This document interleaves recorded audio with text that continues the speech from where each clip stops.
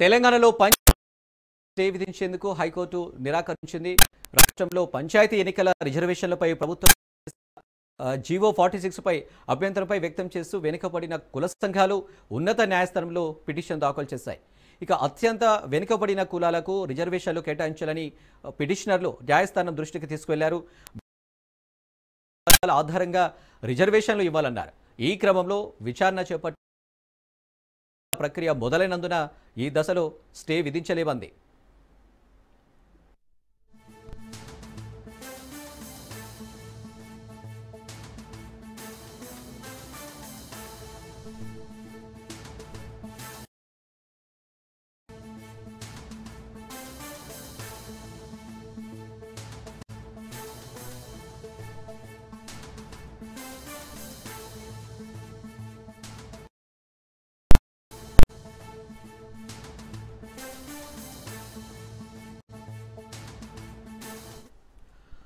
తెలంగాణలో పంచాయతీ ఎన్నికలపై stay విధించేందుకు high court నిరాకరించింది.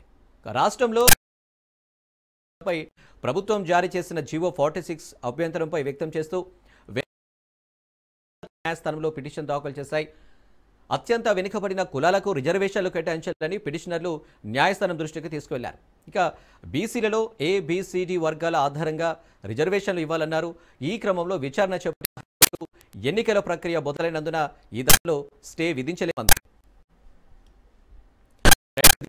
మరిన్ని డీటెయిల్స్ మా ప్రతినిధి సునీల్ అందిస్తారు లైవ్ లో. సునీల్, గ్రామ పంచాయతీ ఎన్నికలపై తాము జోక్యం చేసుకోలేనంటూ కూడా హైకోర్టు స్పష్టం చేసింది. ఈ హైకోర్టు హైకోర్టు ఆదేశాలు జారీ చేయాలి 46 జీవోని ఛాలెంజ్ చేస్తూ వేసినటువంటి పిటిషన్పై ఈరోజు Telangana chief justice Aparesh Kumar bench విచారణ చేపట్టిన నేపథ్యంలో తెలంగాణ రాష్ట్రంలో గ్రామ పంచాయతీ ఎన్నికలపై దాఖలు చేసినటువంటి జీవో నెంబర్ 46ని వెంటనే రద్దు చేయాలి, ఎలక్షన్స్ని మొత్తం కూడా రిజర్వేషన్ల ప్రక్రియ కొనసాగించేందుకు ఎలక్షన్స్ని ఆపాలంటూ దాఖలు చేసిన పిటిషన్పై సుదీర్ఘంగా విచారించినటువంటి chief justice Aparesh Kumar bench ఈ సమయంలో ఇప్పటికే ఎలక్షన్స్ నోటిఫికేషన్ ఇచ్చింది. ఈ ఎలక్షన్ నోటిఫికేషన్ ఇచ్చిన తర్వాత కోర్టులు జోక్యం చేసుకోవద్దంటూ కూడా ఇప్పటికే ఎలక్షన్ సంబంధించిన పిటిషనర్ తరపు న్యాయవాదులు కోర్టు దృష్టికి తీసుకెళ్ళడం జరిగింది. మరోవైపు ప్రాసెస్ కూడా స్టార్ట్ అయింది. ఇప్పటికే సర్పంచ్ నామినేషన్లు దాఖలయ్యాయి. నిన్న 5,000 నామినేషన్లు కూడా దాఖలు కాయనట్టు అటు ఎలక్షన్ కమిషన్ సంబంధించినటువంటి న్యాయవాదులు కోర్టు దృష్టికి తీసుకెళ్తుంది. అయితే ఎలక్షన్ కండక్ట్ చేయాలని మేమే చెప్పి ఇప్పుడు ఎలక్షన్స్ని ఆపాలని ఏ విధంగా చెప్తామంటూ కూడా పిటిషనర్పై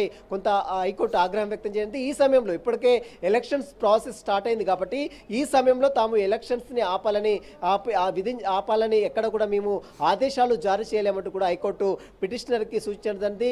మరోవైపు ఏదైతే డెడికేషన్ కమిషన్ ఇచ్చిన నివేదికను బహిర్గతం చేయాలంటూ కూడా తాము ఎక్కడ కూడా ఆదేశాలు ఇవ్వలేమంటూ కూడా హైకోర్టు పిటిషనర్కి స్పష్టం చేయనుంది. ఇక ప్రభుత్వము బీసీల రిజర్వేషన్లకు సంబంధించిన విషయాలు కావచ్చు, కేటగిరీలకు సంబంధించినటువంటి అంశాలపై కూడా పూర్తిగా కౌంటర్ దాఖలు చేయాలని, కౌంటర్ రూపంలో ఒక నివేదికను సమర్పించాలంటూ కూడా ప్రభుత్వానికి హైకోర్టు ఆదేశాలు జారీ చేసింది. 6 వారాల్లో ఈ నివేదికను సమర్పించాలంటూ కూడా ప్రభుత్వానికి ఆదేశాలు జారీ చేస్తూ తదుపరి విచారణ 8 వారాలకు హైకోర్టు వాయిదా వేయడం జరిగింది. Anil. Right Sunil, thank you.